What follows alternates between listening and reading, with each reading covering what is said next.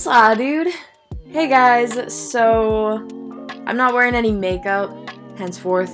The glasses, they are my blue tech glasses that I wear when I'm on my computer, and I'm in my big, comfy teddy bear hoodie, which I forget is as warm as it is. So I'm pretty comfortably sitting in bed right now. And I kind of have a conspiracy theory that I made up myself. The other day, I was driving in my car, and I decided that I was kind of sick of listening to music, which rarely happens, and I wanted to listen to the Call Her Daddy podcast, which I have mixed feelings about. I like Alex. Sometimes she can be a little bit too much in your face, or I guess like in your ear, just because it's a podcast.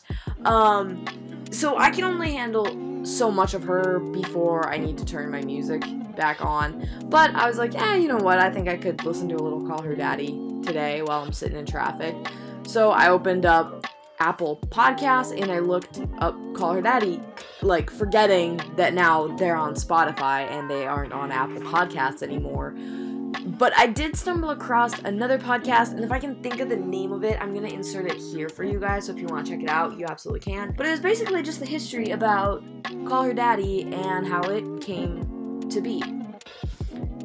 It was a really simple story. Basically, Alex and Sophia were at a bar, and they were just talking and laughing, having a good time, and someone was like, oh my gosh, you guys are so funny, like, you should start a podcast, you guys are hilarious, I love listening to you.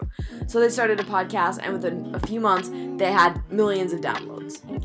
Now, I don't know if everyone is a skeptic like me. I don't like being a skeptic, but that just sounded like too easy of a story. And I watched this guy on TikTok. He has a whole series about how being self-made is a myth. And it's interesting because when you listen to him, almost every celebrity has wealthy parents or parents that have some sort of a connection. So becoming self-made for them was pretty easy because their parents just hooked them up and helped them kind of get their foot in the door. I'm not saying there's anything wrong with that. There totally isn't. I mean, if you have a way to become successful, great. But, let's maybe not preach about how, I'm self-made, no one helped me get where I am. You just gotta keep trying and going after it. Like, no, man, if you had connections, just say, hey, yeah, my mom helped me get this job and get where I am today. I mean, you're probably gonna get some hate for it, but hey, at least you're honest, So anyway, since I started watching that guy, I've gotten very skeptical of celebrities, because even Kid Rock has wealthy parents. So when I heard that about Alex and Sophia at the time starting their podcast, I was like, no, I don't buy it. So I decided to sort of go down a rabbit hole, and I have a theory, but I don't want to tell you guys until after I go through my whole spiel here. So a little history about Alex is she grew up in Newtown, Pennsylvania. Her parents are Brian and Lori, which we'll talk more about Brian later. She went to Pennington High School, and she played soccer, where she actually got a scholarship to play at Boston University. I don't know what her major was. I think it was something media related, because she was very into making content, and that was what she wanted to do. And even in the podcast I listened to, they were saying how she kind of wanted to be famous. She wanted to be in the limelight, if it was a content creator or whatever, but that she gravitated towards dating like professional athletes and wealthy, successful men, which no hate to that. I think most of us would like dating a wealthy, successful man. I don't blame her in that aspect, but it just kind of seemed like she was trying to get her foot in the door, get a step up in some way, by having a very well-known boyfriend and being posted on his Instagram, posting him on your Instagram. I mean, that does a lot for a person. I mean, look at girls who have tons of friends and are always posting with their friends. And typically, if they have a well-curated feed and whatnot, if you have all these friends that you're posting with, you're gonna get some of their followers, they're gonna get some of yours. It's sort of you're benefiting mutually off of this friendship. It's a beneficial type of friendship. And for someone like Alex, having a boyfriend that plays professional sports, yeah, that's really going to help her. So anyways, she worked as an anchor for Dirty Water Media, and that was sort of when she started working in media and got a little bit more experience. So she worked as an anchor for Dirty Water Media. There's kind of that degree she's putting to use. So then she went on a Texas vacation where she met her future roommate and podcast co-host, Sophia Franklin. And while they were discussing people's romantic relationship on the beach, they drew the crowd's interest. As a result, one of the people from the crowd suggested that the girls launch a podcast. And this is coming from legit.ng, so I don't know how reliable this source is, but it kind of went with what the podcast I was listening to said as well. I'm sure Alex has a podcast episode where she describes how they came to be and whatnot, but not being a super frequent listener, and I didn't start listening at the beginning either, so I'd have a ton of catching up to do. But anyways, that's just kind of what I gathered from a quick Google search, listening to that podcast. So then within a few months, they had, let's see, I have the exact number here.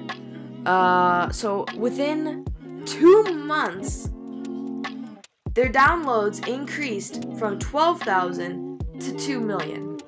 So a pretty massive jump. Good for them. They were talking about a lot of stuff, that people just don't openly talk about. It's kind of taboo, talking about sex and relationships in a more intimate sort of way, giving sex advice, you don't really hear much about that, minus, maybe your girlfriends. So that's why they gained such a huge female audience, is because, it's kind of, you shouldn't talk about that, or, it's like, if you do, you kind of get a weird reputation. So it makes sense why people gravitated towards their podcast. I get it. I like some of the advice that they have. But okay. Then they signed to Barstool Sports. They had a falling out because the girls realized that they weren't getting sort of the industry standards in terms of a salary, so they decided to kind of, shop around and kind of entertain other offers. And Dave Portnoy, I want to make sure I have his name correct. So then he gave them a deal. Hey, if you guys stay on with Barstool Sports for, I don't know, I think it was 18 more months, then the girls could leave after that, and they could keep their IP address, which is a big thing. And I think it was a good call to stay, personally. Having that IP address, that's a pretty big deal, you want to have the rights to all of that. So I get why Alex wanted to stay. However, from my understanding, Sophia did not, and Alex kind of made the decision without her. And, you guys are co-hosts, that's something you should talk about together and decide on together. So they had a falling out, and then they had they called it a divorce, like a public divorce, which, was kind of a cool way of putting it. I don't know, I thought that was kind of clever. I don't blame them, for trying to make it, I don't know how to say this, instead of just having a breakup, you put it as a divorce, and then people are talking about their divorce, and maybe it makes your listeners feel like they know a little bit more about you, or that they're more involved in what's going on, I don't know. I don't think that made sense. Sorry. Anyways, moving on. So now Call Her Daddy is on Spotify, and they had, an awesome deal, and Alex gets tons of people that she interviews, and very big names. The Julia Fox interview, that was a big one. The Jamie Lynn Spears, I can't get behind that one. I don't think she should have given her a platform, but nonetheless, people listened, she gains popularity, and all is well in the world. So, going back to Alex's dad. So, after hearing how they gain in popularity so fast, and then also thinking about the guy with the self-made is a myth TikTok series, I was like, this just doesn't add up. You go from 12,000 downloads to 2 million in 2 months? No. I was like, I just don't buy it. And I have no reason for not buying it other than I'm a little bit of a skeptic now when I hear about celebrities and, quickly rising to fame. I'm like, yeah, did you have a parent or someone that could get you connections, which isn't a bad thing. If you have connections, yeah, use them. Just, let's maybe not lie about them and say we're self-made when, a parent has connections or something like that. Like, just be honest and say that. You might get backlash, but hey, at least you're honest and not trying to cover any of the truth up. So anyways, Brian Cooper.